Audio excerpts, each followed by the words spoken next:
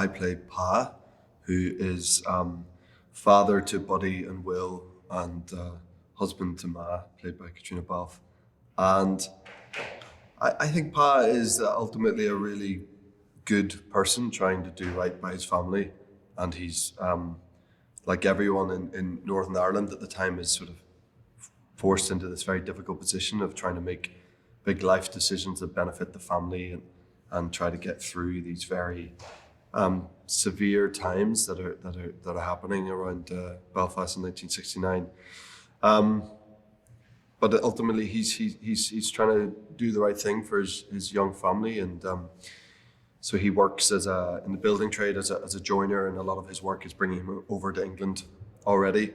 So then, when there's the opportunity to escape all the troubles that are happening in the north of Ireland, he takes that opportunity and tries to help his family.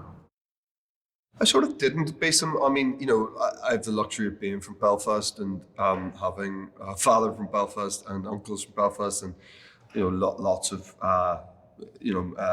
men in my life and my mates' fathers, and I feel like I've got a pretty good grasp. I mean, there's definitely elements of his character that I kind of associated with people that have been in my life in some way growing up, and I felt like I had a little bit of a head start with that in terms of shaping Pa, because I know what a man from Belfast is pretty well, so that was helpful.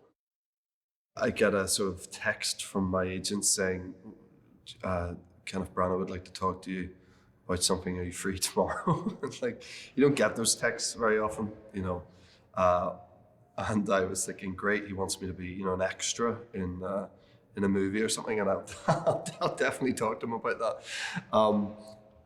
So they sent the script, I think maybe that evening. It all happened very fast, and then suddenly I read this script. As soon as I saw the title, Belfast, I thought, oh, hold on a second, this could be something really, really interesting. Not very often you get a script sent, then the title is your hometown, and it's with such esteemed people involved in it, like Ken.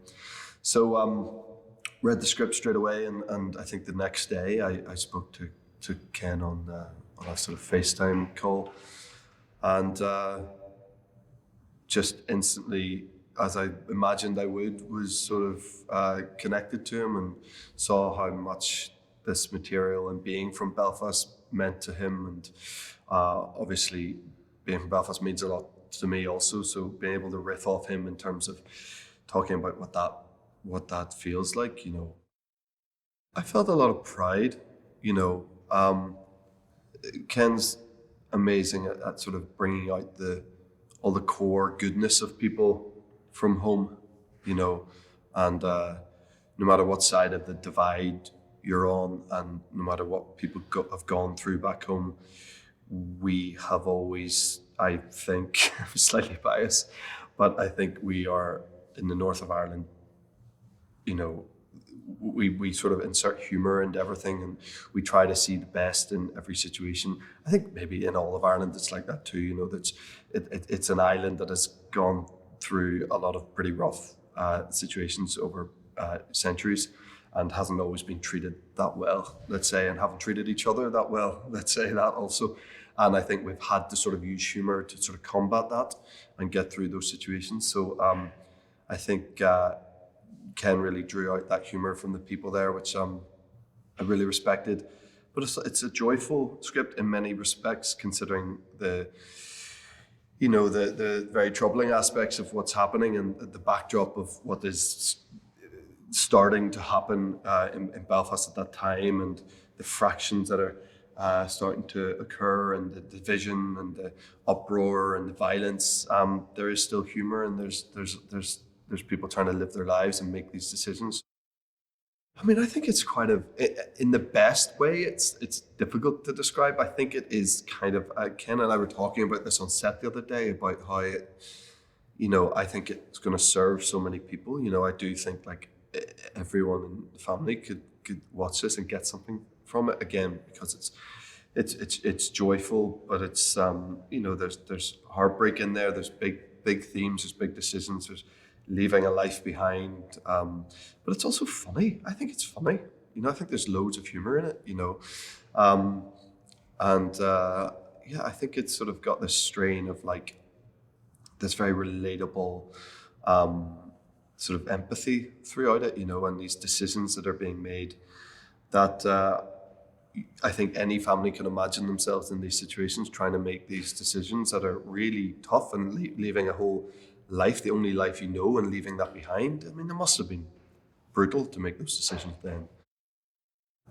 And so not only have I not really worked with an actor as a director before, I've never worked with an actor who's such an actor, such a powerhouse of an actor, such a respected, lauded actor.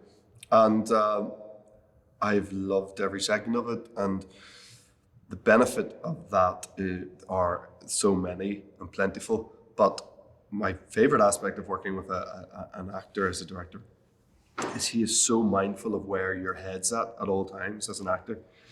The day before a big scene, of course, the day of a big scene, the day after a big scene, he's so cognizant of where you are in your head, because a lot of us as actors, we're often in our head about stuff and we're worried about how things are going to play out. And, the day before, we had a relatively complicated scene, and the day before Ken was sort of, how do you want to play it tomorrow? Would you rather we started wide and came in, worked up towards your close-up, or would you rather just straight off the bat do your close-up and get that one in and she's fresh in the morning? Directors don't ask you those sort of questions a lot of the time. You just sort of turn up and they're doing it their way and you just fall in line, So that aspect of it I've loved. And